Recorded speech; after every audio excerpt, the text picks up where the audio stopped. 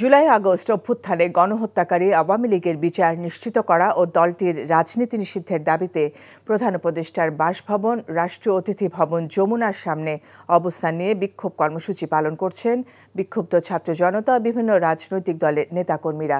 প্রধান উপদেষ্টার বাসভবনের সামনে রাতভর অবস্থানের পর এখনও বিক্ষোভ প্রদর্শন করছেন তারা। জাতীয় নাগরিক পার্টির দক্ষিণাঞ্চলের মুখ্য সংগঠক হাসনাত আবদুল্লাহ সামাজিক যোগাযোগ মাধ্যমে কর্মসূচির ডাক দেওয়ার পর থেকেই সেখানে বিক্ষুব্ধ ছাত্র জনতা অবস্থান করতে থাকে। সকালে দলটির আহ্বায়ক নাহিদ ইসলাম ছাড়াও হেফাজতে ইসলাম ও ইসলামী ছাত্র শিবিরের নেতাকর্মীরাও বিক্ষোভে অংশ নেন। পরে সেখানে এসে অবস্থান কর্মসূচিতে হাজির হন হাসনাত আবদুল্লাহ ও সার্জিস আলম। আওয়ামী লীগ নিষিদ্ধের কোনো এজেন্ডা সরকার না রাখায় ক্ষোভ জানান তারা। আওয়ামী লীগের বিচার নিয়ে তালবাহানা করা হচ্ছে এবং বিভিন্ন হামলার আসামিদের জামিন দেওয়া হচ্ছে বলে অভিযোগ করেন বিক্ষুব্ধরা। আওয়ামী লীগের রাজনীতি নিষিদ্ধ করার আগ পর্যন্ত রাজপথে থাকার হুঁশিয়ারি দেন তারা।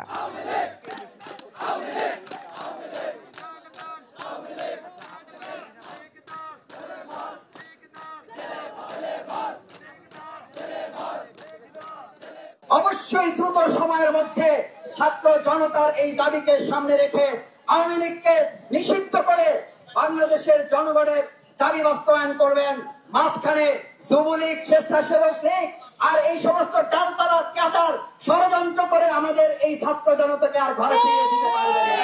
আমরা উপদেষ্টাদেরকে বলতে চাই, আপনারা ছাত্র নাগরিকের আপনারা রক্তের উপরে দাঁড়িয়ে উপদেষ্টা হয়েছে।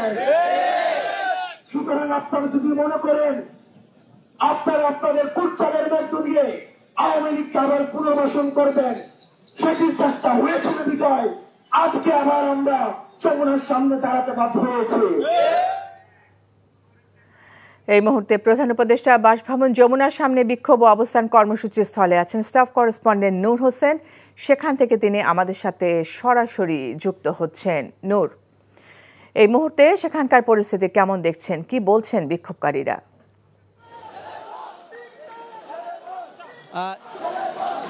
ইয়াসমিন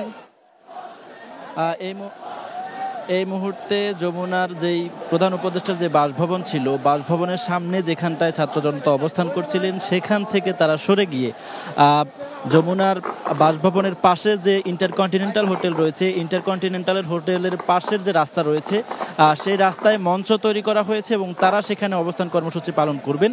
এবং এখান থেকে হাসনাত আবদুল্লাহ সহ গণ অভ্যুত্থানে যারা নেতৃত্ব দিয়েছেন তারা আহ্বান জানিয়েছেন, ছাত্র জনতাকে আহ্বান জানিয়েছেন জুমার নামাজ পরবর্তী সময়ে তারা সবাই যেন রাজপথে এসে অবস্থান নেয় এবং সংহতি প্রকাশ করে। গতকাল রাত থেকেই ছাত্র জনতা আওয়ামী লীগ নিষিদ্ধের দাবিতে প্রধান উপদেষ্টা ডক্টর মোহাম্মদ ইউনূসের বাসভবনের সামনে অবস্থান কর্মসূচি পালন করছিল। শুরুতেই হাসনাত আবদুল্লাহ সহ গুটি কয়েকজন এখানে অবস্থান কর্মসূচি পালন করে এবং ছাত্র জনতাকে রাজপথে নেমে আসার আহ্বান জানায়। তারপরে আমরা দেখতে পাই শত শত হাজার হাজার মানুষ এখানে এসে উপস্থিত হয় এবং বিভিন্ন রাজনৈতিক দল, জামায়াতে ইসলামী, আপ বাংলাদেশ সহ বিভিন্ন রাজনৈতিক দলের নেতারা এসে এখানে সংহতি প্রকাশ করেন এবং তারাও আওয়ামী লীগ নিষিদ্ধের দাবি জানান।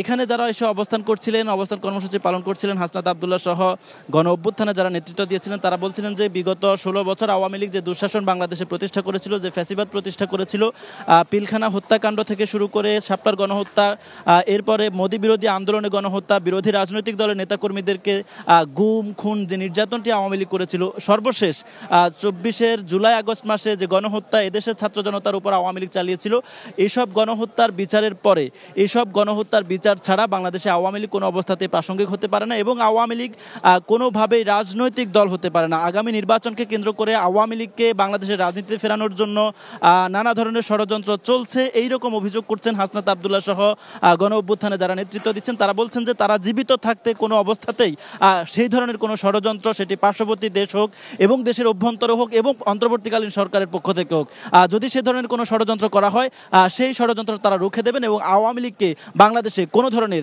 স্পেস অথবা রাজনীতি করার অধিকার তারা দিতে রাজি নন এবং আওয়ামী লীগকে যে গণহত্যাগুলো করেছে সেই গণহত্যাগুলোর দায়ে নিষিদ্ধ করতে হবে, এই দাবিটি তারা এখান থেকে জানাচ্ছেন।